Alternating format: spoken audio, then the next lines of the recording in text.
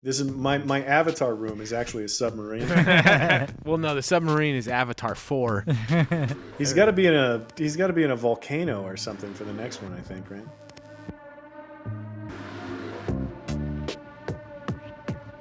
Hey everybody, welcome to the CineFix Top 100, the alien-infested space rock on which we're just trying to make the air breathable so we can watch 100 of the greatest movies ever made. I'm Clint Gage. Joining me, of course, he puts the Michael in Michael Bean. It's Michael Calabro. Cal, what's happening, man? Yo, Clint, what's good, dude? I feel like mostly I hedged my bets when you asked me that, and I'm like, yeah, I'm doing okay. But today, let's just go with all of it is good. And also, back for more, I promise, he's not a synthetic. Nick Lamone. Nick, how you doing, man? I'm doing good, but you secure that shit, Clint. Fair enough. As you start chomping on a cigar, and I'll secure that shit. Asses and elbows. Listen, we'll get to that. I have questions about that. Specifically, I made a note about that. We can get into it right now, but we'll save it for the brilliant moment section. I think that's deserving of a brilliant moment. But we are now 4 episodes into our season of Family. And just a reminder, we are being forced to choose our favorites by Dan's stupid algorithm. And it seems like we're stuck in that situation again today because we are watching Aliens. If you couldn't gather that much from the asses and elbows comment already, Aliens is the movie up for discussion today. 1986. James Cameron, of course, directed it. It is a sequel to 1979's Alien from Ridley Scott, which, by the way, before we get too much farther in there, how brilliant is this to name the sequel to Alien Aliens? Oh, incredible. It's the easiest slam dunk in the world. The fact that it took right? The fact that it took what? This is 86, so 50 years, 60 years of sync sound. And it took that long to just, all we're going to do is slap an S on this thing? Alien 2 would just sound make it plural. Straight to VHS, DVD, TV sequel. Nobody wants Alien 2, but more than one alien? Sure, yeah, no, I'm into it. But Aliens, of course, follows a group of space marines dispatched along with Ellen Ripley, the sole survivor of the Nostromo. I suppose you can count the cat. If you want to count the cat. We do count the cat. But they go to a colony that's been set up on LV-426 only to be devoured, I guess, by xenomorphs. We're just murdered, really. I don't think they actually eat us. There's no devouring. It's just murder and impregnation, I guess, with the xenomorphs. But either way, as far as sequels go, I think let's also get this out of the way real quick. I feel like this is one that does it right. Agreed. I mean, it does it right, too, because this was like one of those, what's the Star Trek, the Doomed to Failure, the Kobayashi Maru, right? It kind of succeeded by not even trying to play the game. And it's just like, we're not doing horror anymore. This is an action movie. Mm-hmm. And as far as I know, this is not only the first sequel to slap an S on it, but to fundamentally change the genre in which it's trying to be. Yeah, completely agree there. It is, it is so uncynical in that front where it is just a natural extension of, this just would have happened next. This makes sense. This, she was in cryo sleep for however long and, companies will company and try and do things that they probably shouldn't do. And here's how they solve it. So all the pieces are cohesive. They all fit. Companies will slap an S on it. We know that to be sure. But yeah, I mean, there's even some great quotes from James Cameron that I heard where he was talking about people warning him not to do this movie because he would say anything that's good about it, they're going to give Ridley Scott all the credit. And anything that's bad about it is all going to be your fault. There's no winning for you. To talk to your Kobayashi Maru thing, there is a no-win situation here for you. And he went in and he was like, no, I'm going to make a completely different movie, which is exactly a fascinating way to go about it. I guess it's really prescient because one of the things I want to talk about is he did a lot of script doctoring on First Blood Part 2 and seeing the echoes of that in Aliens, because there is a way to look at Aliens where... to talk about a sequel that's wildly different from the movie, it's sequeling. But to that point, right, there's a way to look at Aliens is this is just a Vietnam movie. Mm-hmm. Right? Not only do the Marines very much look like in the vein of the Vietnam, a Vietnam art-directed ass Marines, as a future Vietnam grunt, right? Mm-hmm. But I mean, the difference between the corporations and how 80s movies, especially Platoon, which would have came out this year, I'm not sure if it would have been earlier or later in 1986, I think it was just it was around the same time, right? But either way, it's just like whether it's American imperialism or like corporate greed, it's kind of all the same ends and the same like nefarious motivating factors of like the human condition that is like pushing these things to happen. It's another thing that makes this movie special and stand out from the original. Yeah, I mean, it's the incredible. Well, if you want to go one step further too, you can draw the parallel straight from Ripley to Rambo and like the idea of coming home and not being appreciated. Like the way she gets dressed down in that corporate meeting. But we're getting ahead of ourselves here too before we get to that, because that scene is great and pisses me off still every time I watch it, which is lots of fun. But to finish off some of the pedigree of this movie, like the interesting thing about this movie and what I was honestly watching it to prep for this episode really struck by is where this falls in James Cameron's filmography, because like you do the Terminator to Aliens to The Abyss to Terminator 2, that is a straight upward trajectory of like learning skills, learning the craft, building off of what you just did to make the next thing.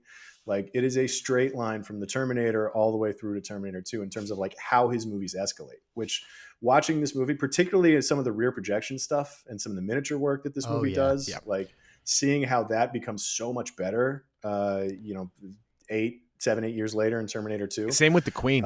Like the Queen's a little wonky, but like we talked about that in the Terminator 2 episode of like, he knows just how to frame things of like, I can get it to this frame and I have to cut right here. And he knows exactly how long he needs to hang on something in order to sell the effect without exposing its weakness. The trick, right? I'm immediately he's thinking very of much the a acid magician spray, hiding his tricks. Acid spray on the Marine's face. You see it for just long enough. Oh yeah. But then I think the other story about this movie to me is Ripley as an action star. Which, Ellen Ripley as a character in the mid 80s, coming up around the same time as Schwarzenegger and Stallone and all of this. A lot of the action that I've connected to the 80s came later.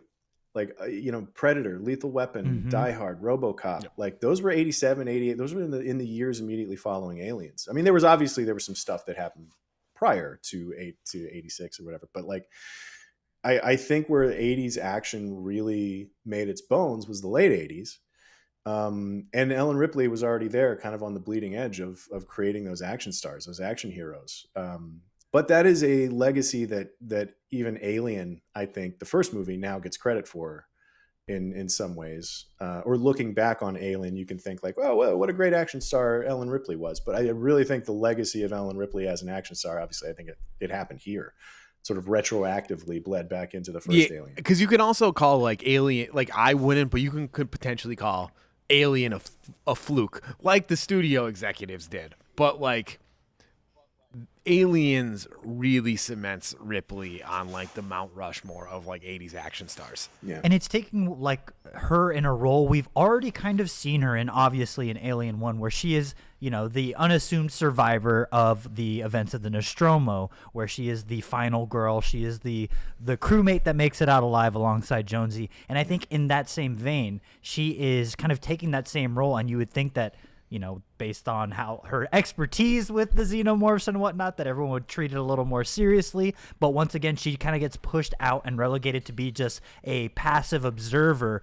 But due to, I think, just pure character, like inertia and momentum, this is like pure storytelling 101 as far as I'm concerned. Like James Cameron wrote this script, and I thought that he understood character down to a T here, because Ripley is going against the grain here in every possible opportunity, standing up against corporate infrastructures, fascist military, all that, in order to preserve human life. And she is once again from the background out to the foreground by sheer force of will. The thing that I like about this movie maybe the most is like its thematic elements. Like this movie is dripping with themes that are so relevant today, and I'm sure we are going to talk at length about Paul Reiser, who on this viewing is like one of the standout elements to me this time. However, Sigourney had serious notes to James Cameron on this script, and like why I think like James Cameron had all the broad strokes correctly. I think all of the fine strokes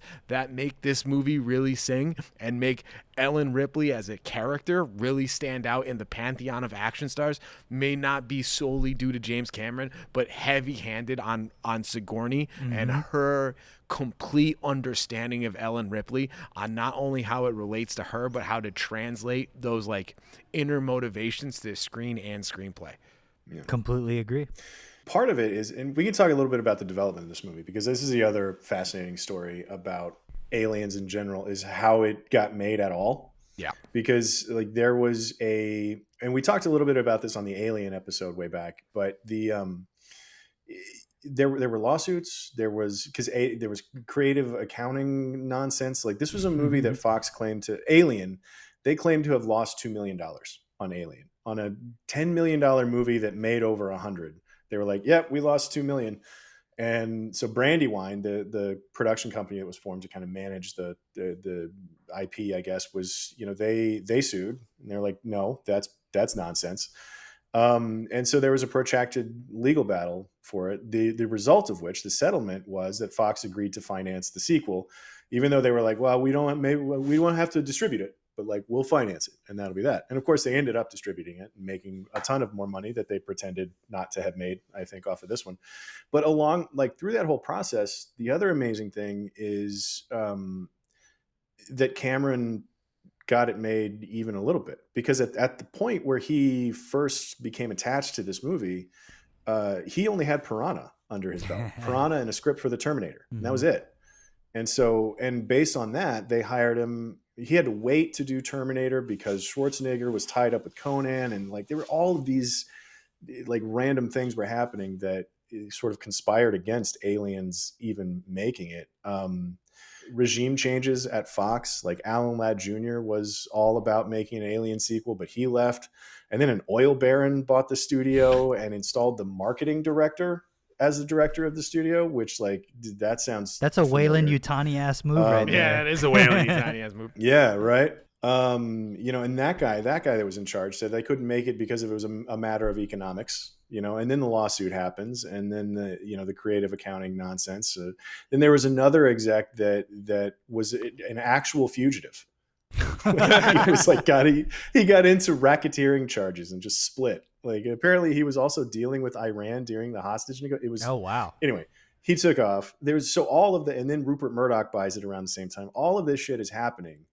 And then the fact that a movie by an unproven director, a largely unproven director, Terminator, finally came out by the time they got around to making it. So like this was a guy's second movie, and a movie about, like you're talking about how it's a Weyland-Yutani ass move, like a movie that's about corporations being shady as hell, actually got made in spite of a corporation being shady as hell. It's fascinating. There's a great video. There's a video on a channel called Frame Voyager that I found that goes through all of that in a lot more detail, which you can check that out. But the story of how this movie got made is wild. But Cameron and Gale Ann Hurd also left the production a couple of times. One of which, and this is why I started telling this story in the first place, one of which was the studio wanted to play hardball with Sigourney Weaver in her contract. And so they wanted Cameron to write a different draft of the script that didn't have Ripley in it so that they could then say like, well, we don't need you. But Cameron wouldn't do it. That was one of the times where Cameron left the project. He was like, nope. And ultimately Sigourney got paid and they went and made the movie. But I don't think it's terribly unusual. Like movies are so hard. It's a miracle that a movie gets made full stop.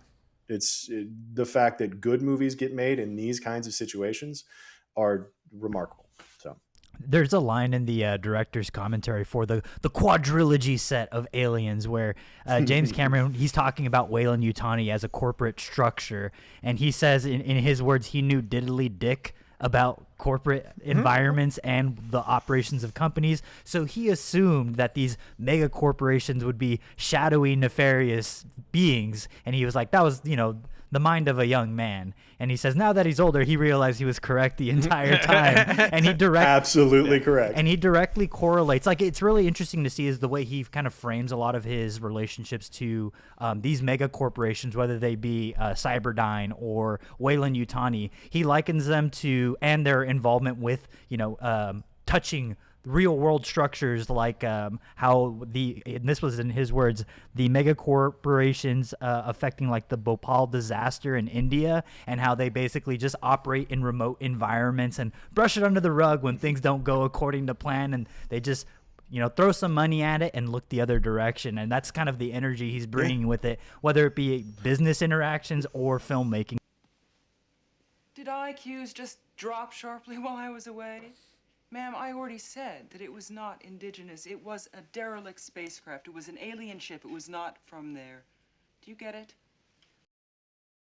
All right, let's wrap up a little bit more pedigree so we can get into some brilliant moments here. But the original run on this movie made 131 million worldwide, off around 18 or 20 million in the budget, which was a budget that was cut in about half of what they initially wanted to do, from what I understand. So like, it was budget was very much an issue during production, and I'm sure it's done a bit more than that recently on, between VHS and DVD and, the 4K edition that dropped sometime streaming rights on year. Hulu, HBO, Disney Plus. Yeah, all of that good stuff. It's made a few more bucks than that Fox doesn't want to tell us about. But that was good for fifth in 1986 at the domestic box office as well, behind Top Gun, Crocodile Dundee, Karate Kid Part 2, and Back to School, and then just ahead of The Color Purple and that Star Trek where they time travel to save the whales. Wow. Yep. So it was fifth that year, but in a pretty good field.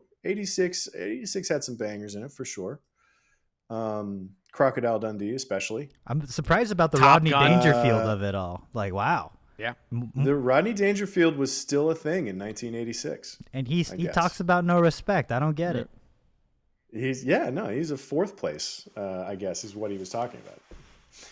Not enough respect. It did win Academy Awards, won 2 Academy Awards for sound effects editing and best visual effects.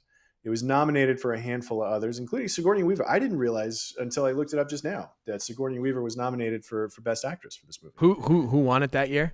Children of a Lesser God, Marlee Matlin won that year for a movie Children that of a Lesser God. That movie that we all still talk. Yeah, about. we love. Where's that on the CineFix Top 100? We don't know. We'd have to ask the algorithm. James Horner got nominated for Best Original Score. Best Sound also got a nomination because they had that back in those days. And then Art Direction and Film Editing also got nominations. So I had a really good night at the Oscars. Got a good bunch of recognition. And for a sci-fi action movie to do that in 1986 was That's cool. impressive. Shall we get into some brilliant moments? Yeah. Let's do it. Nick, what do you want to talk about first, man? Which, you know what? Here's just before we get going. I should point out now that I bet we're going to ping pong a little bit back and forth between the theatrical release and the director's cut. Yes. Yeah. Which one did you guys watch for this? Did you watch both? So I watched both. So I did a super thorough one because here's my reason. Real new guy energy, Nick. Well, here's my reason. It's not because of you. I didn't do it for you guys. Let me make that very clear. Good. That's the correct answer. The first time I've ever watched Aliens, I was wrong. I watched the director's cut, and I think that was my biggest mistake because it initially brought me into a very lukewarm mood about the movie. I thought it was cool, but I was like, I don't think it's as great as everyone says it is. And for a while, I just kept watching the director's cut because I did like to watch the sentry guns pick off the aliens one by one. I thought that was sick. Yeah. But then I was like, on a whim, I was like, I gotta watch the theatrical cut, and oh my god, that is the definitive version of the movie as far as I'm concerned. I think that the pacing issues that plague the director's cut before they get to LV-420, as I always like to say, and the movie just drags to a crawl before we get to the planet. But once it gets there, I think that's when all of the inclusions in the director's cut actually make a lot of sense, aka the sentry gun, a lot of cool POV shots when they infiltrate the nest, and things of that nature. So I think the true definitive cut for Nick Lamone is speed run through everything until they get to the planet, give me the sentry guns, and then also remember at some point, remember she had a daughter at some point. I think that's the only part from the director's cut that I think is absolutely crucial, because it really grounds the relationship with her and Newt in 100%. A way that like the theatrical cut doesn't touch.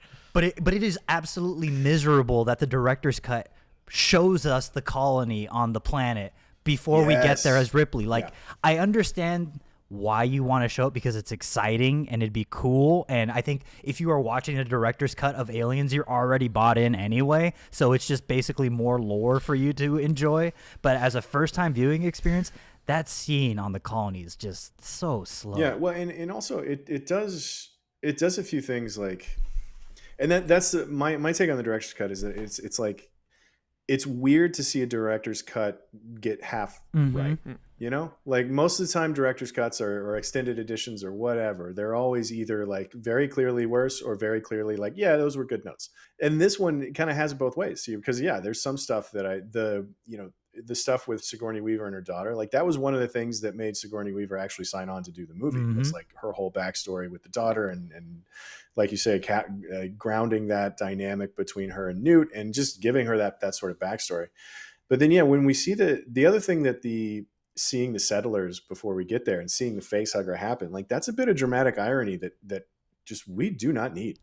Like it ruins all of the, like, knowing that the aliens are for sure there and they're for sure wrecking shop before we get there with, because ultimately we do know, like we know what this movie is when we walked in. And then also like we have the scene later where Burke is like, well, we lost contact with the colony. And so it's like, we know what's going to happen. And so seeing it happen, it just takes the legs out of everything for the rest of the movie in a really dumb way.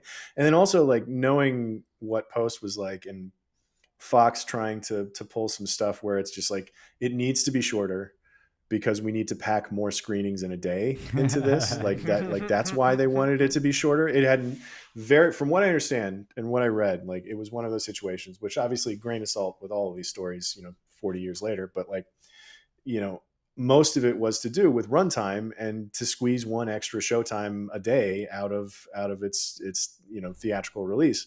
Very little to do with anything that was actually happening on screen, apparently. But yeah, the director's cut half right. And you know what? Which is strange. It pains me because I love me some sentry guns. Those sentry guns are so sick, but alas. I've lost track of these. I watched the director's cut just because that's the one I have handy.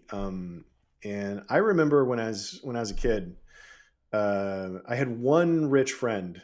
He had sentry guns? Whose family had he had sentry guns. No. Weirdly, there's probably a lot more friends that have sentry guns now than did back then. But there's one rich, I don't remember who it was now, but they had a theater room in their house with laser discs. Oh, wow. And it was the director's cut of Aliens on laser discs. That's badass. And I remember seeing that scene with the guy running back and Newt screaming because of the face hugger and all that, thinking like, this is a different movie altogether. And I remember having a thought like, do people with their own theaters get different versions of these movies? Which I'm sure they do, but that's amazing. You got to get past the sentry guns first. What else do we want to talk about? So knowing full well that we might bounce back and forth a little bit between the director's cut and the theatrical cut. What do you want to talk about first? I think the big thing for me is up front. This is the thing that stood out to me as my first time. Like it stood out to me on my X time watching this movie is what I like to call Chekhov's loading bay, and it is the scene where we see Apone. And he's walking through the loading bay as they're stockpiling the vehicle with missiles, and he says, "Oh, secure the what is the floor? What is it? The loading bay. Secure the loading bay." You see the door close on it. We see a power lifter picking up missiles and loading them into the ship, and it's like, oh, I love me some like symmetry in storytelling. Don't forget to let her know she's the class 2 operator. Exactly. It plants the seed of her knowing how to operate this heavy machinery. She can handle her own shit. And I just love the symmetry storytelling wise of we kind of end up right where we started, back on the loading bay, and all the things that were called out come into effect. It's a very clever, fun way of playing fair with the audience. And it's also a wonderful look at James Cameron's use of both miniatures, forced perspective, and, of course, live action actors navigating a space with incredible art direction. All that stuff going on in that scene. I do think, too, that it's great to have Apone and Hicks there watching, because like that gives Hicks a reason to trust and to defer to Ripley later, because he's like, oh no, this woman knows her shit. Having him present for that moment makes their dynamic later in the movie, when they're trying to survive, it makes it, it gives it an extra little flavor, which I think was great to have him there, because ultimately, like, he's just a corp. Like, there was no reason for him to be there. Like, he's the same rank as everybody else around there, I think, just about. But like, just having him there, appreciating the fact that Ripley can handle herself was a great little ad. It's a great character moment opportunity, and I'm glad that Cameron took it. I do. Can we go back to the very beginning, though? Yeah, please. Before we the opening in the movie, I think it's a really great bit of connective tissue between the two movies, because the opening sequence, all the way from being discovered, all the way through her waking up from the dream. Yeah. Number one, it's obviously it's the same ship that left the Nostromo back in Alien. The same cargo bay and everything, but we see new technology, like the blade, the whatever laser cutters thing, and the things that scan the area. So it's like we see cleaner, more high-tech technology. But the other thing it does, the fact that it is a nightmare to start with, I think is a really good bit of connective tissue, because as much as Alien was a horror movie, Alien was scary as hell. And so we're starting with something that's scary as hell in this one too, before it just goes balls to the wall action. So the fact that we're starting with a nightmare, and what a god, and it's a nightmare that introduces every theme in the movie, right? First of all, to have a corporate stooge be the only one to visit you in a hospital, like, that's a nightmare. That sucks. And then to be told that you've been asleep and floating in space for close to 60, 57 years, whatever it is, like you just missed half a century. Like, that's a nightmare. And then also an alien bursts out of your chest. Like, the layers to this nightmare and the fear that is very present in all three of those sort of themes. Like, it's all right here in the first 2 minutes of the movie, which is great. I also like the symmetry of it all too, right? Like, it also starts with cold, dead spaceship. Not to say that they're actually dead, but it's like the computer boots up. It feels like a grave. Yeah, and it's like yeah, and then like it's the same thing. It's just intrusive. I also like that they use the same cool laser, like the like plane laser, scanning for life forms. Yeah.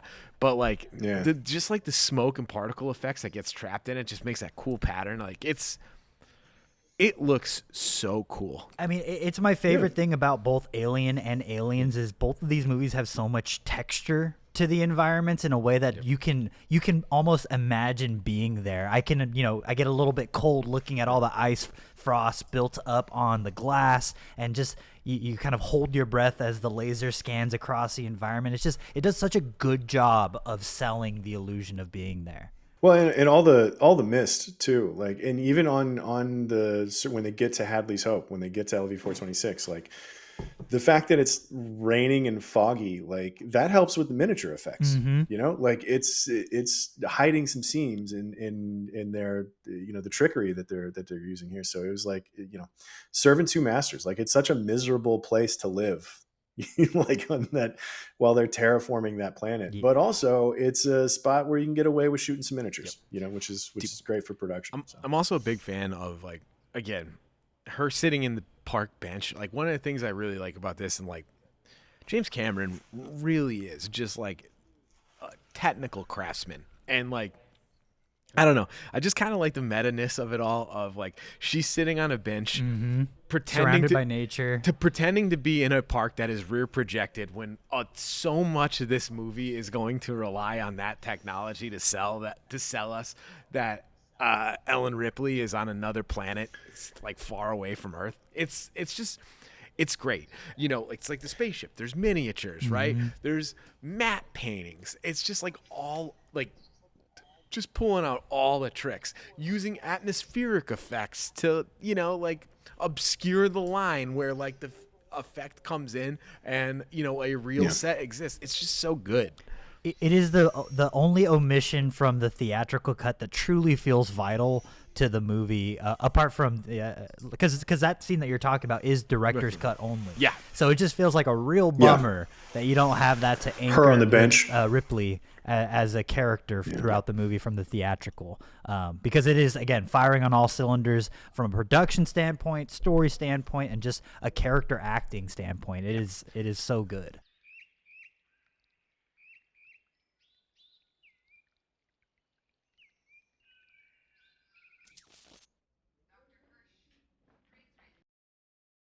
Let's go ahead and talk about Burke here too, because that is the other thing that I miss about the scene where he tells Ripley about her daughter, because like the way that and the, you know, granted it was just a dream the first time we meet him on screen, but he's the same guy. But the way that he approaches her in a like, I'm here to help, like, and I'm sympathetic. And I've like the way, because that's where he starts, and then couple that with where he ends. Like he's such an insidious little worm, but he does it so well. And it's these scenes up front where he really feels for her. He's not trying to pressure her into to go, not yet anyway. But like he's playing her in you know, and it's a thing that you discover in retrospect that just leaves such a bad taste in your mouth about this character, which Paul Reiser. So, you know, he was in Beverly Hills Cop a few years prior to this. That was I think the major thing that he was in prior to this. He did a couple other, you know, TV movies. Was Beverly Hills Cop 84? Yeah. It was just a couple years ahead of this. And he's more or less the same guy in Beverly Hills Cop, except there's like a level of savviness to Burke in Aliens, and a level of villainy, obviously, that he didn't have in Beverly Hills Cop. But like, it's a real testament to casting and like finding the right flavor of actor for the right role and putting them in a position to really succeed, you know, in the bigger picture of the movie, which Paul Reiser is maybe one of the best in this movie, is maybe one of the best examples of that I can think of.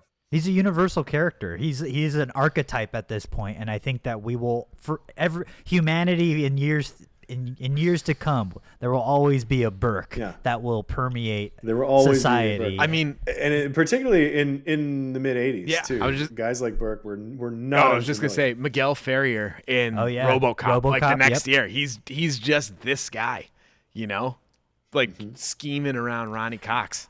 I mean, I think the thing that stands out to me about Burke as a character is that he feels like I understand his character from a corporate standpoint. Like he feels like a guy who is a player in Weyland-Yutani. He is a person who is making moves and gunning for that upper management role, and he knows all the strings to pull, all the heartstrings to tug, and things like that to get what he wants. And then when he's actually forced to confront the kind of ramifications of all the choices he's made, he just runs, and he looks so good running in that little puffer vest. That again, we'll get to that scene later. What do we want to move on to from here? Because from here, between here and you know, and I think you said it earlier, Nick, like just a movie that once we get to the planet, LV-420, like we're off and running. I think I think the time code in the director's cut that I was watching is like an hour and 10 minutes in, something like that. Once they get to the planet, this movie goes. And, you know, there's a couple other really cool scenes on the way there that are like, you know, there's some more development with Burke where he gets slimier and he starts sort of, you know, how condescending he is when he comes over to her apartment and is like, you know, oh yeah, no, I mean, that's the only job you can get. There's nothing wrong with that. Like, absolutely. It's just like, fuck off. Oh, you're making ends meet. Cool. Like, he's just, yeah, no, it's great. I get it. You know, those things are great. I do really like meeting all of the Marines. It's incredible. That's a great scene. And they're also larger than life the moment they're on screen, and they're all so fun. But do we have any favorites? I mean, you gotta love Paxton. Yeah, Paxton's just the best part because he's consistently just like the audience. He'd stress me out though. If he was in my platoon, I'd be like, dude, you gotta secure that shit, Paxton. Oh, yeah. Well, he stressed all of them out too, which is the great part. Like it's like they put him in there specifically to be that fly in the ointment, right? To be that annoying presence that everybody's got to deal with. Yeah. Apone. I think Vasquez is pretty great. Vasquez is funny because that actor, Jeanette Goldstein, she's been in like most of James Cameron's stuff. Oh yeah, she's in Mom and Terminator. Yeah. It's the stepmom in Terminator. She's one of the she's in Titanic. She's one of the people on the lower decks of Titanic that dies really tragically. Like she's kind of all over the place in James Cameron's filmography. And Jeanette Goldstein playing Private Vasquez in this is kind of. I'll give her a pass. I like her performance. Oh yeah, no. I'm Mexican. And I love I can line give her too. the pass. Has anybody ever mistaken you for a man? Oh, it's so good. No. Have you? It's so good.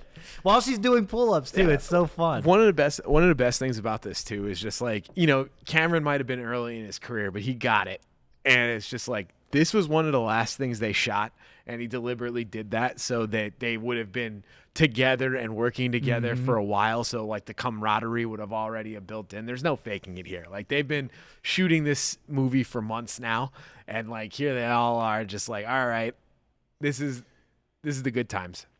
Apone. They're a team. Apone is and we can talk a little bit about some of the production challenges too, because like they shot this.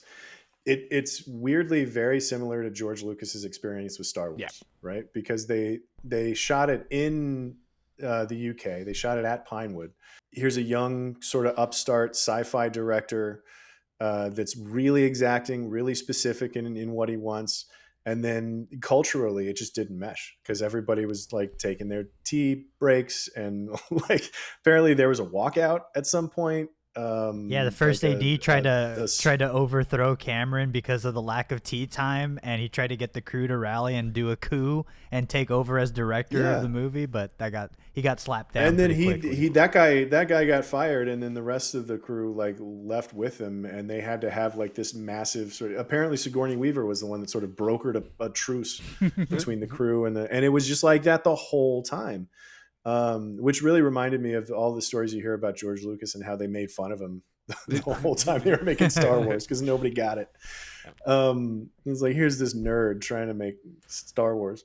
Anyway, so yeah, I hadn't known that they filmed that scene last. That's a really cool because they'd been through it at this point. I also really like how in that scene, Cameron had, as exposed in the director's cut, he had wanted to have way more hypersleep pods, but due to budget constraints, the clever workaround they had is a mirror. So, it extends the room ad infinitum, but if you kind of look closely, you can see two Vasquezes at some point. And that's the thing, only if you know it, you'll see it. But it's just really a really fun and clever filmmaking and like production on the day. That's like, it's one of those delightful things that you discover in the moment when you're making a movie or in a production, and you're just like, I think this is the right way to do it. And sure enough, I think they nailed it. Again, he came up under Corman, and like he just knows all of the secrets. That's why I say like you can draw a straight line from the Terminator all the way through his movies to the Terminator 2, because like they're so clearly like taking a trick that he learned on this movie, and he applies it to the next one, but with this new trick that he's learned. Mm-hmm. And then and I feel like Aliens is in a weird spot where you can kind of see, like, I see what you're doing there, and it's going to be better 2 movies from now,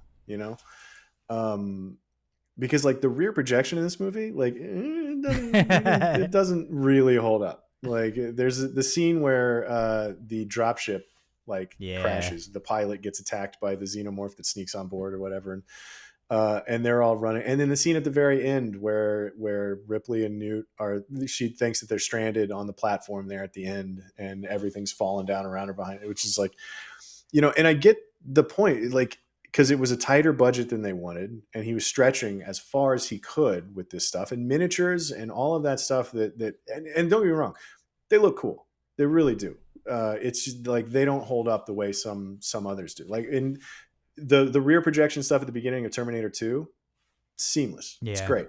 the rear projection stuff here, we're on our way, but It was getting, it doesn't quite hold up the same way. It was getting there. But like he's just such like, I just think about James Cameron and just like the guy that just like was the super technical nerd that got it all. Like, him coming up on Escape from New York, right? Like he worked on Carpenter's Escape from New York. Oh, I didn't know that. Yeah, and what he did on Escape from New York is he's the guy that did the digital map of New York. So when you see it, right? But that's not computers. That's not computers at all. He just made the set and then just painted the green line, like painted everything black and painted like the green lines on the edges. So when he photographed it, it's just like it looked like. That's cool. Yeah, he's just like another level. It's stuff like that. Yeah, it's stuff like that and stuff like the mirror too. It always reminds me of that story about NASA trying to, they spent billions of dollars trying to make a ballpoint pen that'll write in zero gravity, when the answer is like, just use a pencil. Yeah. Like it's because now it's just like, no, I want a whole hallway full of cryopods, and we gotta I'll put a green screen down there, and we'll figure out how to do it later, and like technology's not quite there, but I don't know, it's like, no, just put a mirror down there, and scoot the camera 3 feet this way, and we got it. A practical solution. Like, yes, I love it. And so much of this movie was in camera too. Like, the Queen was a giant puppet. Stan Winston, which is really cool. One good turn deserves another after the Terminator. Absolutely. Well, we'll get to that scene, but I adore the Queen reveal. It is so sick. Okay, so we get to let's talk about getting to the planet, flying in, the approach to the colony. I thought was really cool because the stuff in the video monitors looks great. Yep. The POV shots. That's the same trick that Ridley Scott. Yeah, that's the same trick that Ridley Scott used in the first one, right? Like showing these big miniature things, but shooting them as though they're coming through a video feed. To sort of hide the seams. Like that's really cool. The bigger miniature stuff with the plane flying in front of it, like that's one of those things that's just like, that feels very 86. I don't think it holds up nearly as well as some others that came a few years after that. But it's one of those shots too that, they were out in front of their skis a little bit on some of this stuff. But otherwise, like the design of the facility, I think is really cool. It's very like 60 years after the first Alien. A couple of things I want to add. Just like all of James Cameron's just future military aesthetic is awesome. Like it looks so great. It's just like it was awesome enough for Halo to steal all of it. I'm not a big anime guy, but I like respect that like the Gundam and stuff like this. And Lamone, I know you are an anime guy, of just like the art direction and commitment to having a futuristic but rooted in realism. It's a lived in space. Yeah.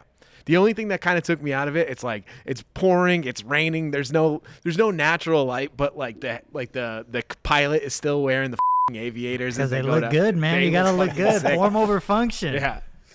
Form over function. It looks cool in the helmet. That's a choice. Awesome in the helmet, but it's just like you can't see. You can't see shit.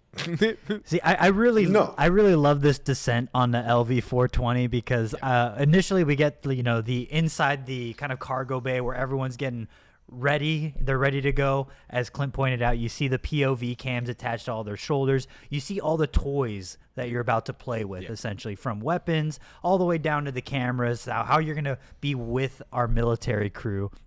And then when they land, it is basically just straight out of the Vietnam War, where we have like the camera on, not on sticks. It's all handheld. It's a little shaky. It feels very war doc as they are descending onto the colony and kind of infiltrating with their tactics. Up to this point, you were wondering, like, do these people actually know what they're doing? Are they good? How many bug hunts have they actually been on? Things of this nature. And then it seems like as they make their initial descent, okay, maybe they do know what they're talking about. Maybe Ripley will be okay.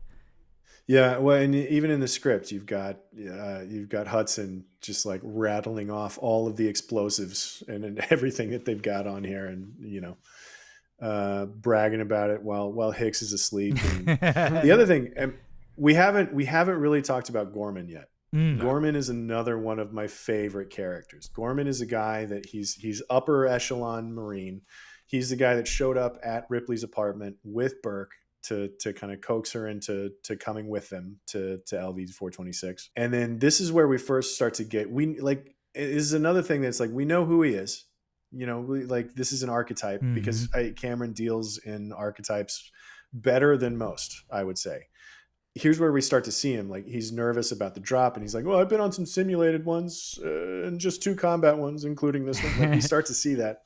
And it's not until the aliens first attack them that we finally get to cash in on who Gorman really is and like how full of it. What a little weasel this dude is. I've said it on the show before. I love a good worm. Those characters that are just these weaselly little shitheads are so much fun to watch. And Gorman's one of the best. He's one of the best. I mean, he just fails at the job. I love it. I love someone who can't come to terms with they failed to. Well, it's another one of those corporate deals that James Cameron's dealing with for this whole movie, right? Like it's like that Gorman was probably modeled off of one specific asshole at Fox, like. How many drops is this for you, Lieutenant? 38. Simulated. Shit. Oh man. And here's the other thing. This is another sort of connected to director's cuts in a way, is when they find them all cocooned up on the wall. Mm-hmm. The director's cut of the original Alien was the only time that we saw that. Right. So like Tom Skerritt and, he was cocooned up in the original Alien, but that wasn't in the theatrical version. That wasn't in any version until 20 years after Aliens. I think it was 2003, 2004, something like that they released a director's cut where we actually saw that. And so the audience at the time saw the way that xenomorphs cocoon up their people for the first time in this movie, which I think was kind of interesting. It's a nice like escalation of what we know about the xenomorph. So one, not only is it just one, now it's a whole colony, a hive of them. And now we learn a little bit more about their biology, how they operate, how they work as an organization to some extent. But this entire sequence as they descend into the arc reactor like nest is my favorite in the whole movie, as I'm sure it is for most people. This is what I like to call. I don't think it's half as creepy if you've seen Tom. If you had seen Tom Skerritt like that in the first one. Oh yes, 100%. No, I don't think this is the shocking scene is part. half as creepy. This is the shocking. I've actually did not know that was in the director's cut of Alien because I've only ever watched the. Yeah, that wasn't in the theatrical cut, as far as I know. But I think I'm wrong about that. But this is by far my favorite scene. This is what I call the ballet of failure, because it is just so beautiful. How I saw that on one of the prep docs. I was like, what is that scene? It is just so like perfectly orchestrated, so clearly telegraphed, and just well constructed how they fail this mission from top to bottom. From what's his name, the lieutenant second mission, what's his name again? Gorman. He hit the realization that, oh hey, Ripley's saying that we are in an active reactor, we can't use our pulse rifles, you've suddenly just stripped your Marines bare. And then and waiting to do that until they get down there too, because that's a conversation they could have just as easily had, like looking at the plans, and that realization could have happened earlier. But saving it until they're down there in it is really good. To Nick's point, right? It's just like a lack of leadership, right? A more experienced, more thoughtful leader, more hardened crew. And also it's them because they undermined Ripley, right? She tried to brief them on everything, they mocked her about it, and of course she got uncomfortable, so they moved on from that. But it was like, you guys kind of did this to yourself, everyone. But then Gorman doesn't explain anything to Apon about why. Like, if I feel like it could have been just as easy to explain why. Like, if you shoot the wrong thing, we're all going to blow up in a nuclear explosion. But he doesn't. He's like, you just listen to me. And it's like, it's that kind of leadership that leads to the ballet of failure, I would say. And it all like gets pulled off so perfectly. You have your pulse rifles, you can't use them, but when the first death happens and we have the spear through the chest rise to the ceiling and the gunfire starts going off, I just love the 1-2 punch. That is, again, it is all so legible from a viewer experience. You understand exactly where they are as all of the chaos unfolds, of somebody setting someone on fire, that fire catching a bomb or a grenade on fire, that explodes, and it's the guy that had all the ammo and he's on fire, legible that's the perfect word for it. And the blocking is just so fun. It is. I know this is a movie show, but I liken it to a game called XCOM, where it's like, you have a percentage shot of getting an alien kill, and it says 99%, but you pull the trigger, and it turns out you got the 1% chance, and it's just the catastrophic failure of like, oh no, the dominoes are falling, and I didn't anticipate X, Y, and Z, and it's just. I'm not ready for any of this. And it's so fun to watch it unfold as an audience member. It's weird too because that scene is so based around chaos, right? But like from a filmmaking standpoint, like it has to be organized. You have to see the A to B to C sort of causality of it.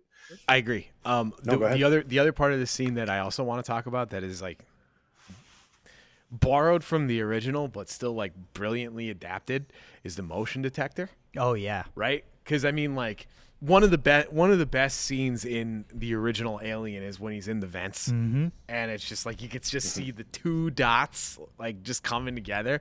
But now they're just like, oh, we're gonna do that, but it's gonna be portable now. Aliens, yeah, plural too. But the fact that multiple hundreds, dots. yeah. But the fact that we're gonna slap an S on that motion sensor. But like the fact that like they could like from a practical shooting standpoint, it's like they are surrounded, and all James Cameron really had to do to give that sense of urgency and like total sense of like they are outnumbered was just having a lot of dots appear on like one of those like portable TVs, and like it totally works. You're totally bought in. I think there is only very like maybe one or two shots of like the aliens climbing up the roof, right? So you get like one shot of that, and then it's just like back to they're right on top of us. And it works. Yeah. You do get some of that stuff, some of the warning that James Cameron got about like, there's no win for you here. Like anything that you do right will be attributed to Ridley Scott. But there are a handful of things that are, they're tricks that Ridley Scott for sure used. And there's a shot here too where Hicks pokes his head up in the ceiling and then spins the flashlight. It's very reminiscent of the Tom Skerritt sequence. Like it's taking, for as much as he changed, but even he changed the genre of this movie, for as much as he changed from Alien to Aliens, like there is plenty that this movie owes to Ridley Scott too. And just like how like visceral and impressively tense that scene is. Alien Isolation. How often when you played that game, you just like whip out the motion detector, you can tell that the Xeno is like somewhere around you, and you just gotta fucking hide in the locker and just like pray. You freeze up. Yeah, you do. It's such a good device, and it's insane to me how well made the video game was like 25 years later, just like literally playing on that mechanic, and it's so good. I mean, I think these all kind of go hand in hand because like Alien, it's very like established through in lore of like they were dealing with the baby the entire time. This is a fresh, embryo that has become barely an adult. I wouldn't even call it an adult, right? But what we are dealing with in Aliens is a colony, a hive of things that have been around. And to some extent, as it's revealed in the director's cut, they learn. They know how to apply cause and effect, and they can correlate those two things. So, how to use elevators. Exactly. So it is interesting to, for astute audience members to realize like, oh, there's something happening here. This is a smart organism. No, it's the whole thing's been escalated in a really smart way, which is why, I mean, in terms of like, in terms of sequels, this is one that nails it. Yep. Shall we talk about like the shot of this movie? I feel like all the Alien movies need to have a shot of the alien that's like, ooh, that's the shot. Yeah. Like, and this one is the alien coming up out of the water behind Newt. Yeah, 100%. Like there's even Alien 3 had the the right here in the face shot, and the first Alien had a couple. The Tom Skerritt one was a big one. The Harry Dean Stanton's death was a big the shot kind of that. But when Newt is in the water and the xenomorph comes up out behind her, that is it's playing on like, it's not fair, right? Because there's a kid in danger, which is sort of, that's a caveman brain kind of thing. There's water. We don't know what's under the water. There's the fear of the lurking unknown. It's a primal fear.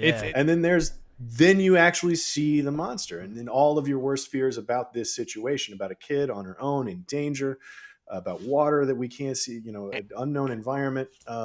We can't get to her because she's stuck. But she's right there. Yeah, like she's so close. she they could primal fears, and you can't get to her fast enough. This is to the point about a nightmare. The movie opening on a nightmare, right? Like this is another one here, I think, and the way that it trades on a handful of very primal fears, like basic human things. Is really fascinating and really skillfully done. And, and even this scene gets the dots on the screen too. Like they're getting in on the action. Like it is a terrifying shot. It is always fun to me though. I would argue the shot. Oh, it is 100% the shot. It is always fun though that she just disappears and we really only see the alien this moment. And then that's it, which he doesn't get swooped away or anything, which is just always fun. It is like a phantom in the mist. I love the hive too, and I love that first scene where she comes face to face with the queen, because like there's this moment that they chose to do where they understand each other, which I thought was fascinating, right? Like and I don't know if it's funny watching movies for this show that I haven't seen in a long time and being like, well, I'm in my 40s now and this movie means something else. So like, this is one of those moments where like that moment really kind of sung to me this time, where it was like, she's about to shoot it and then she pauses and there's a moment where they like understand each other and she's like, oh, it's going to hurt you worse if I kill your eggs. And then it's a really quietly interesting scene from a character perspective. Our main character is packing a flamethrower and is about to destroy an alien queen. For it to be introspective even a little bit is like, oh, cool. And I just think this initial reveal of the Slurm factory, the queen almost looks lifeless when Ripley arrives on set, and it is the closest I think I've ever seen in a movie to like a Dark Souls boss fight, where you walk into an arena and something is waiting there for you and you have woken it from its slumber and you see all of its appendages rise and it just becomes larger than life, and it is almost like a godlike entity that you are witnessing in front of you. It's literally filling the room too. Mm-hmm. It's so cool.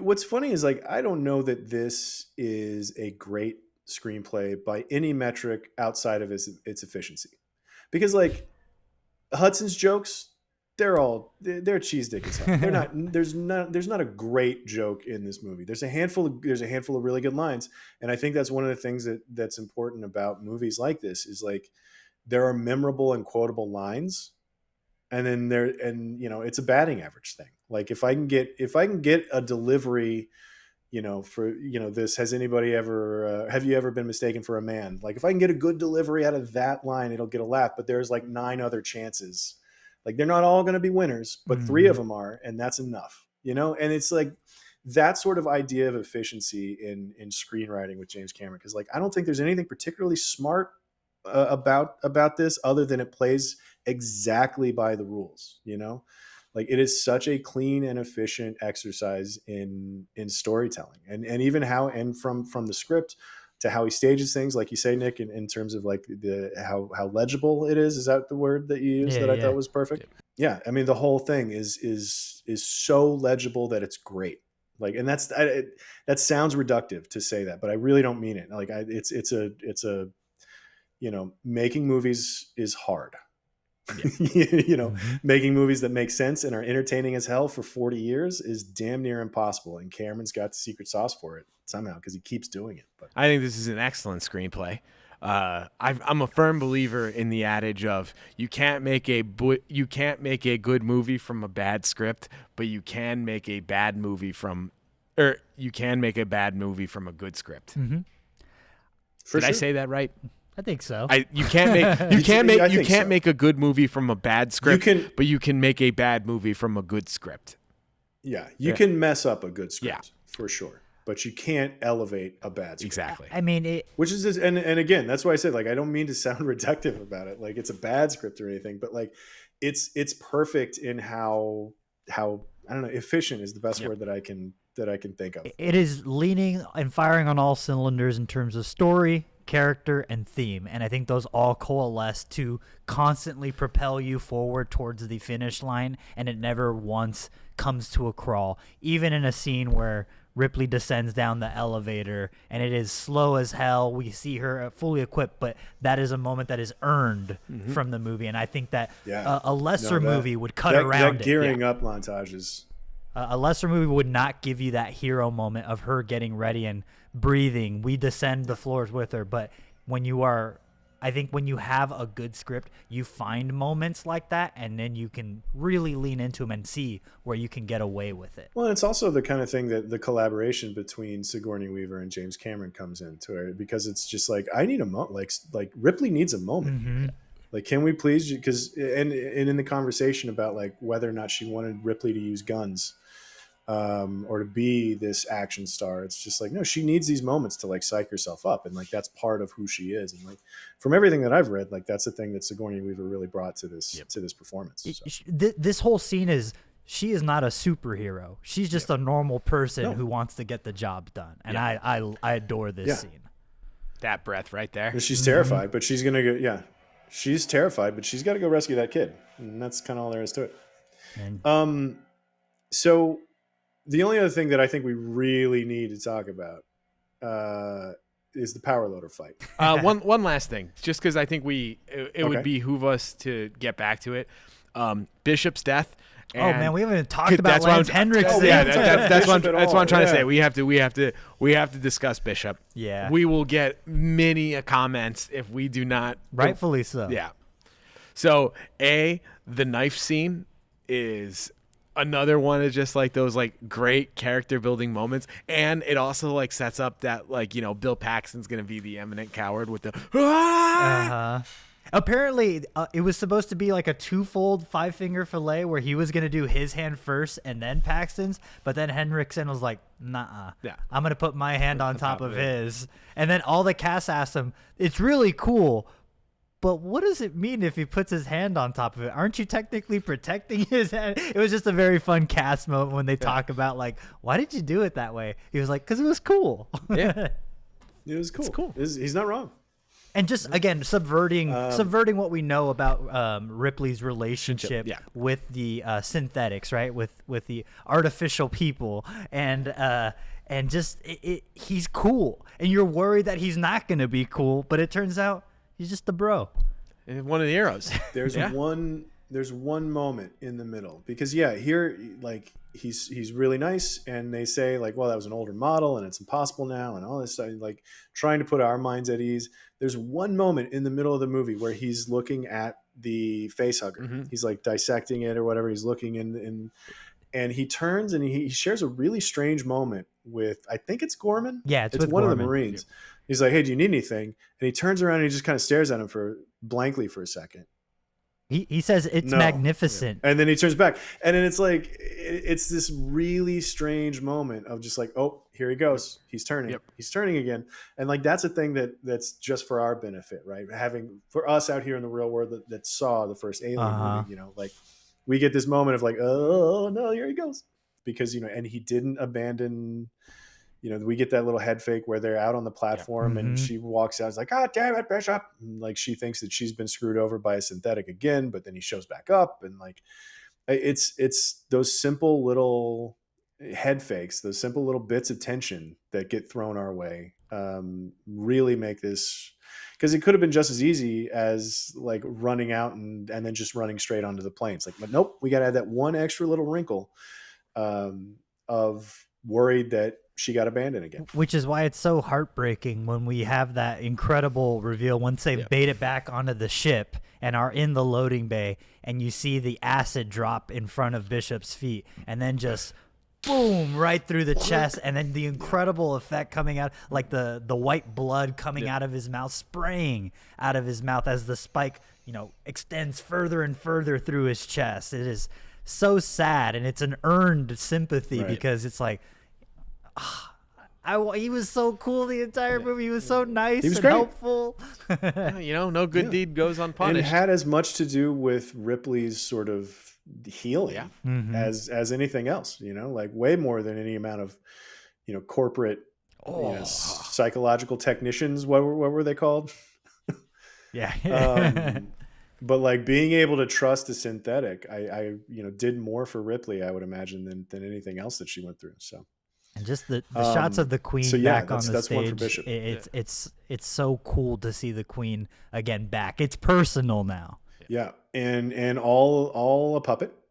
There's like a couple of people in there moving the legs a little bit, but the face and the mouth is all radio controlled, wires pulling on everything. And one of the things about this, right? Like to that point of like how technically incredible this is. I think I'm pretty confident that Aliens is what got Stan Winston the T-Rex job on Jurassic Park, and so much of this scene feels like the raptor fight and the T-Rex fight, just like pieces of them combined. The paddock attack. Yeah. Even like a kid looking up through the car window at the T-Rex is straight out of this movie, this sequence too. Yeah. Yeah, man. And then, but I do think that, and the shots, here's the shot of this movie, obviously, like, for what follows to be a kind of clunky action sequence between two things that can't really move that quickly, but for it to be so iconic on the strength of one, like, push in with like an incredible looking monster, and the line, the "get away from her, you bitch," is such a cool line. And I think this entire fight scene lives and dies on that one shot and that one line. Yeah, it's because it doesn't matter what comes next. You did it. That's cool. The hero shot, man, of her in the dimly lit garage with just her face lit up, and you see the power bay arms on it. It is iconic. Yeah. So cool. It's such a great silhouette, And again, we've seen her ability already. The movie is planted multiple times that she's used to the operating payoff for Chekhov's power loader. Yeah, right? Exactly. And it's really funny in the commentary. They talk a little bit about how apparently there was like a bodybuilder that she was basically attached to that was in the power loader, and she's like standing on his feet in order to operate it, which is nuts to me. Wait, what? That's what they said in the commentary. So there's another guy in that to help lift, to help move it with her. I don't know what I expect from this fight scene, but I do think that it gets bonus points specifically because of that opening shot. Oh yeah, yeah. Like the rest of this it's cool and it's fine, and it does some cool stuff, and like she's very ingenious with how she fights back and using the flamethrower and then figuring out how to to make the airlock thing happen. And that's the scene right there where you stressed out your production designer, where it just slams into the floor and breaks some stuff. It's like, all right, we only got one shot at this one. Yeah. Well, that was a miniature, and apparently they had to do it twice. Ooh. They had to super glue the thing back together so they could do it again. They cobbled it back together close enough because Cameron didn't like the first time they did it. Nuts. And so they had to like super glue the miniature back together, and then to get a second take out of it. And then when we open the little space lock here, apparently space is just a blanket when everything falls through it, and the crew is holding and extending. Yeah, with out some a black Christmas blanket. lights and stuff. Yeah. It's so cool. Yeah. The other thing that I do want to talk about, the very ending here, there's nothing particularly special about the ending other than that it's a happy ending that's wrapped up, which is in a way the first Alien was as well, right? Because, Alien's gone. She does her little monologue about being the last survivor of the Nostromo, and, she's going to be okay, I guess. But she is still floating out in outer space. But like here, she's rescued everybody. There's another happy ending and all that. And the thought that occurred to me this time around was as much as Cameron is like, oh, he does great sequels. Cameron does all the when really it's just the two, between Terminator 2 and Aliens and I guess Avatar. Yeah. What about Way of Water? Yeah, no, I'm sorry for all the Na'vi stands. But like, there's something interesting about both of these franchises in that neither of them ever had another real winner. You know, like Terminator and Aliens, neither one ever really recaptured. Like you know, Prometheus and Romulus, and you know, they're doing things right, but neither of them have ever really reached the heights of the first two films. Am I the only one that likes which is Alien Covenant over Prometheus? That's crazy. Yeah, I revisited the whole franchise, and I didn't mind either of them as much as I remember I'll revisit. Not liking them the first time around, but I'll revisit Covenant, but I do kind of like Prometheus. It's funny, like, you know, watching these movies and like, you know, there was some healing that happened with Ripley. Like, she's doing better than she was emotionally at the beginning of the movie, and all of these things. Like, it is a happy and tied up ending here, and it's strange to me that thinking about where the rest of the franchise went after this, and like, is Cameron really good at sequels, or is he really good at like just ending franchises? It is very funny because at the end of the commentary, he goes, you have this wonderful moment of, you know, Ripley and Newt asleep with Hicks and Bishop in the next room. And then in the next one, David Fincher kills them all. and he kind of says it with a half chuckle, but it's like, ooh. Well, I don't know that it was David Fincher that killed him. Right. Yeah, the fact that they die in the opening credits of Alien 3 is... It is sad that this is the last time you will see these characters. Yeah. Get away from her, you bitch! So we did, where Homemade Movies did the Power Loader scene back in the day, a bunch of years ago. I did a feature about when Alien as a franchise stopped being about space truckers last year in front of Romulus. It's gotten a shout out. It got a shout out in best sci-fi movies of all time. Ripley was on our top 10 heroes list, but that's about it. We've done a lot more about Alien than we have about Aliens. I'm sure I would need to go back and look. I'm sure it got a shout out in our action. Did this not get? Best Did action this? movies of all time list? Have we done a sequels list? Sequels. No, we have done sequels. We absolutely did sequels. We did it in a series with sequels, reboots, and something else. I can't remember, but we did a little run like that. I'd have to go back and look to see if it would. I'm surely it got a shout out. I mean, I refuse to believe it didn't get a shout out. A little bit unrelated, but I know that we've on the IGN side of things, there's been a number of like tying Aliens games, specifically Colonial Marines, and how it failed to live up to the promise that was established by this movie. I think there is a lot of things that didn't quite live up to the reality that we were presented with in Aliens. Yeah, I think they're like, for iconic movies that sort of set new precedents for things, and you know, like we talked about it with Fincher clones and all of that, and I do think Alien and Aliens were both iconic enough to like affect the genre in interesting ways, and so, you know, movies that it's tricky to do movies that didn't live up to something like but that is an interesting thing, like movies with legacies, and like that would be interesting. What about like something like the most profitable IP's potential? Because I mean, this all right. I don't think we need it. You got comic books. You got. We don't need to get into IP value and like best IP. But this was the thing where they were like, well, I mean, you got a whole universe here. You might as well open that thing up and make games and movies and comics, and now TV shows. And now TV shows. Yeah, still trying. Successfully too. Romulus did well, I think, didn't it? Did well enough. Sure I don't know. I'm sure the same accountant that they worked on the squeakle too, and they're like, oh, let's leave some of that money over for me. Same. Shall we turf? Yeah, let's do it. All right, our first turf. All right, true or false. Cameron had major issues with the British crew and even got the original DP fired. Original DP? I think we touched on this a little bit. Yeah. The original DP. I think it was an AD of some kind. I thought it was an AD that got fired and caused the walkout. So that's one of your half truesies. Yeah, it false on False. on the it's not the DP.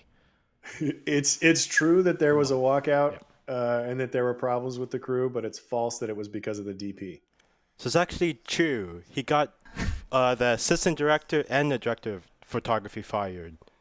Wow. It was a real bloodletting. Yeah. There's a lot of mutiny It's going that on. tea on time, set. man. Yeah. Don't take away tea time. When making one example doesn't work, make two. Yeah, basically same reason. The DP refused to follow his lighting directions, so he got both of them fired. And then he attempted to get the DP from the original Alien, but he wasn't interested, so that DP recommended Adrian Biddle. Got it. Wow. Wow. All right. Okay. You got us on that one. I do find it fascinating that the crew was just like, nah, we'll do it. You get out of here. It's just like, Yeah, fun fact from movies that work. was that in order to like get the crew on his side, Cameron decided to hold a screening of the Terminator, show that like he's actually a good director, but the crew didn't show up, only the cast did. Well, that's because Michael Biehn was already They in Terminator, even- so he just showed up with a big old bucket of popcorn and was ready to go. Didn't even bother showing up. God, what a bunch of assholes. That's I both love and hate that. True or false? Cameron wrote the script for Aliens and Rambo: First Blood Part 2 during downtime on the Terminator. True. I don't remember when First Blood Part 2 was. Well, I know that he wrote the treatment because he had to wait on Terminator. Yeah. Because Oh, okay. Schwarzenegger was busy doing Conan the Destroyer. What was the second one? He had to wait. Yeah. So yeah, I don't know if it was First Blood, but it was. I do know that he wrote Aliens in like the 8 or 9 months that he had to delay for waiting on Conan. So he actually wrote the treatment beforehand, and during that 9-month pause, he finished the script. Oh, okay. So I win. So And then in 2016, Cameron told Entertainment Weekly that he was hired to write the script of Alien 2 and Rambo Part 2 on the same day, and then he had 3 months to turn in both drafts. So he organized his, his bedroom. He had one room just dedicated to Alien 2 and one room dedicated to Rambo, and he would bounce back and forth to finish both scripts. that's a good idea, actually. I like that. Just a literal different space. Yeah. That's why he likes to spend so much time underwater. That's where he comes up with his Na'vi movies. This is This is my Avatar room is actually a submarine. Well, no, the submarine is Avatar 4. His farmhouse is like He's got to be in a volcano or something for the next one, I think, right? that's New where Zealand's got Jeff volcanoes, Bezos right? is living now, probably. He's living in the You Only Live Twice volcano. Turf number 3. Speed round. Sigourney Weaver's mother features in the film. Yes, true. True. Sigourney. I don't- Oh yeah, true. It's her daughter, right? Yes. That's cool. Yeah. Isn't it a picture of her daughter? That's correct. Yeah. So when that photo is revealed, that's actually a photo of Sigourney Weaver's real-life mother, the 66-year-old version of her daughter. So she doesn't feature in the film. She features in the director's cut. Yeah. Yeah, I guess that's true. I'm gonna out-torf your torf. Lance Henriksen? Henriksen? Yeah, Lance Henriksen Yeah. caught food poisoning from the milk and yogurt combination that he had to spew up with his chest once he was pierced by the alien queen tail. You know what? I hope I'm so. going to go true on that, yeah. I'm gonna say false to I be just think that's a great contrarian. story. It is true. Basically, the milk and yogurt combination, it's spoiled under the bright lights.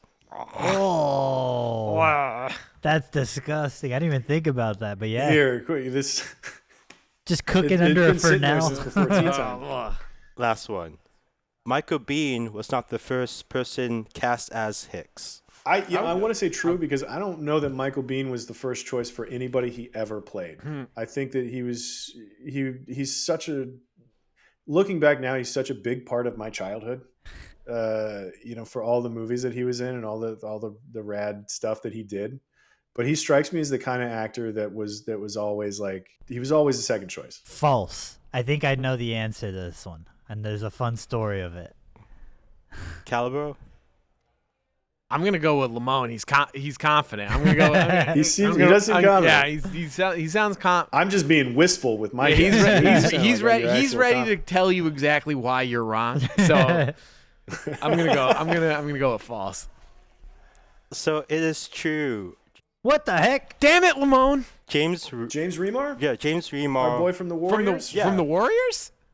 He has a connection to the producer Walter Hill, who originally wanted to cast him. The Warriors. Yeah. I guess the cast commentary was completely off. He said that he thought he was gonna take Police Academy 3 over this, is what he said. Michael Biehn was gonna take Police Academy 3? Yeah. So there is like a strange reason why you could have heard that. Originally, the studio put out that there was artistic differences between Cameron and Remar, but years later, Remar admitted that he had a drug problem and got caught on set with a bag of cocaine. That's why they fired him. Ouchies. I'll get you every time. No, Michael Bihn's. I mean, between the Terminator and Aliens and the Abyss, and then The Rock. The Rock was my first date, so like I have feelings for everybody involved in The Rock. Thank you, Torf. All right, guys, who is your MVP of the movie? Sigourney. Yeah, it has to be Sigourney. I don't disagree with you, but I'm gonna go Paul Reiser just to be slightly different. Hell yeah. Oh, he's so fun. Yeah. I don't think we can say he's the most valuable part of this movie. He's the most corrupt and greedy part of the movie. He's a fun foil for Ripley to play off of. He's great. I mean, the more that I think about it, and particularly watching it now, like he's one of my favorite villains of all time. Yeah, he's great. Like there's that level of villain that's more an obstacle than like a proper villain, which is kind of his role, because he's like a tool of the company, which is like the real villain of the movie in a lot of ways. And I don't know. He's just a sneak up, really great bad guy. Yeah, he's such an asshole.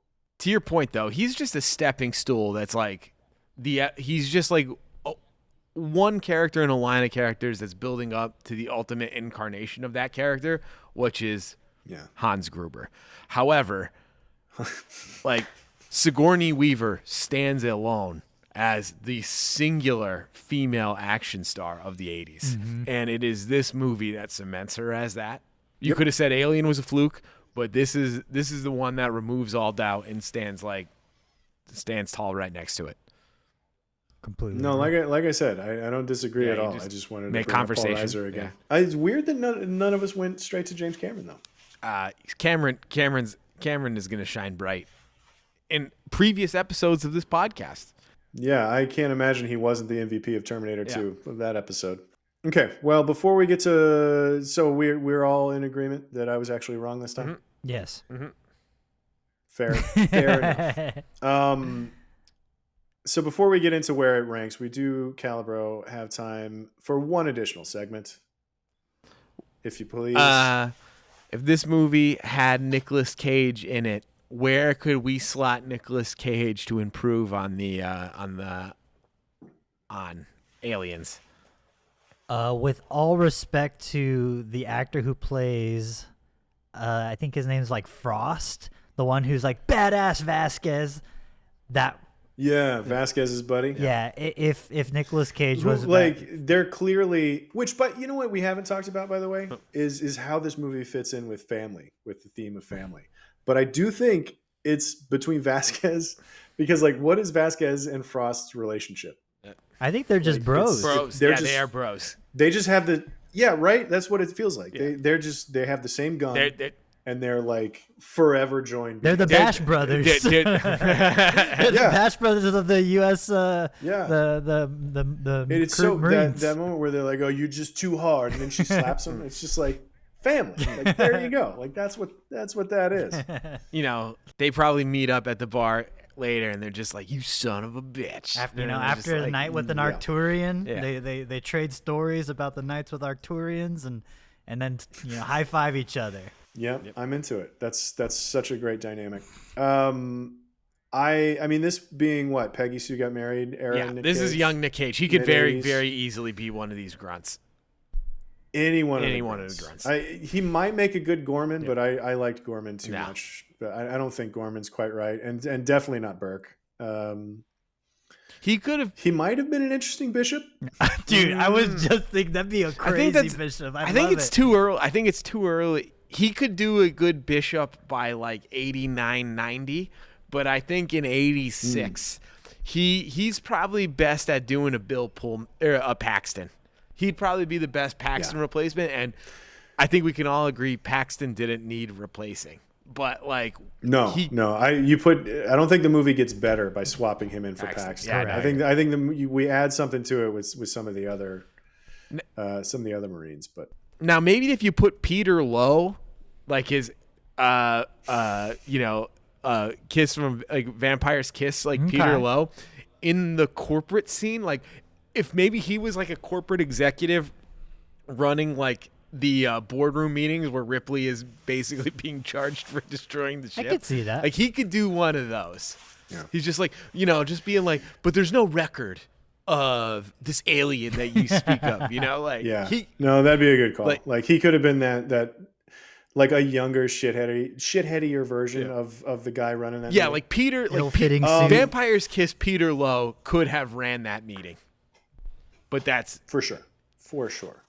Did you guys have it on your list at all? I actually had this at 81. Whoa. I feel like this is a movie that when I sat down to make this list, I was like, oh yeah, I love Aliens. I was going to... Without rewatching it. Is this not on Dan's list? I've not... it's not on Dan's list. Alex had it at 8. That makes sense. Number 8. It's a very Alex Big movie. Ripley fan. Alex was, which makes... Yeah, it's a very Alex-ass movie. Dan didn't have it. Did you guys have it on your list? No. Not on my list. I had Alien. Tayo, is it on yours? No, I have Aliens.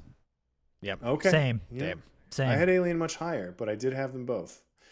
So this is just me and Alex having this one on the list. But you guys got an envelope there? Yeah, I got one right here. Whoop. What number does that get us? What number does Alien get us? Right here. What do you think it gets us? Ramon? I know you're new to this. Where do you think Aliens lands? I feel like it's like in the 70s. You gotta learn. 74. Dude, I 100%. I had no idea. He had. I didn't even know the envelope was there. You have inside information. You've been talking to Dan and his algorithm. I promise you, I had no idea the envelope was even there. This game. Yeah. Okay. All what right. Can I well, say? Listen. We're just gonna skip straight over that because that's enormously frustrating. But I'm sorry. It's okay. No, it's okay. It happens. Look, it was. I mean, you had a 1 in 100 shot at getting it right. Yeah. We do have Alien is on the list. Aliens, which is at 74, and Alien, which is much higher. Alien. Which one? We can only keep one. Which one's sticking around? Alien. Yeah. Singular. This is the easiest one yet. Mm-hmm. Yeah. There's not a ton of discussion around this.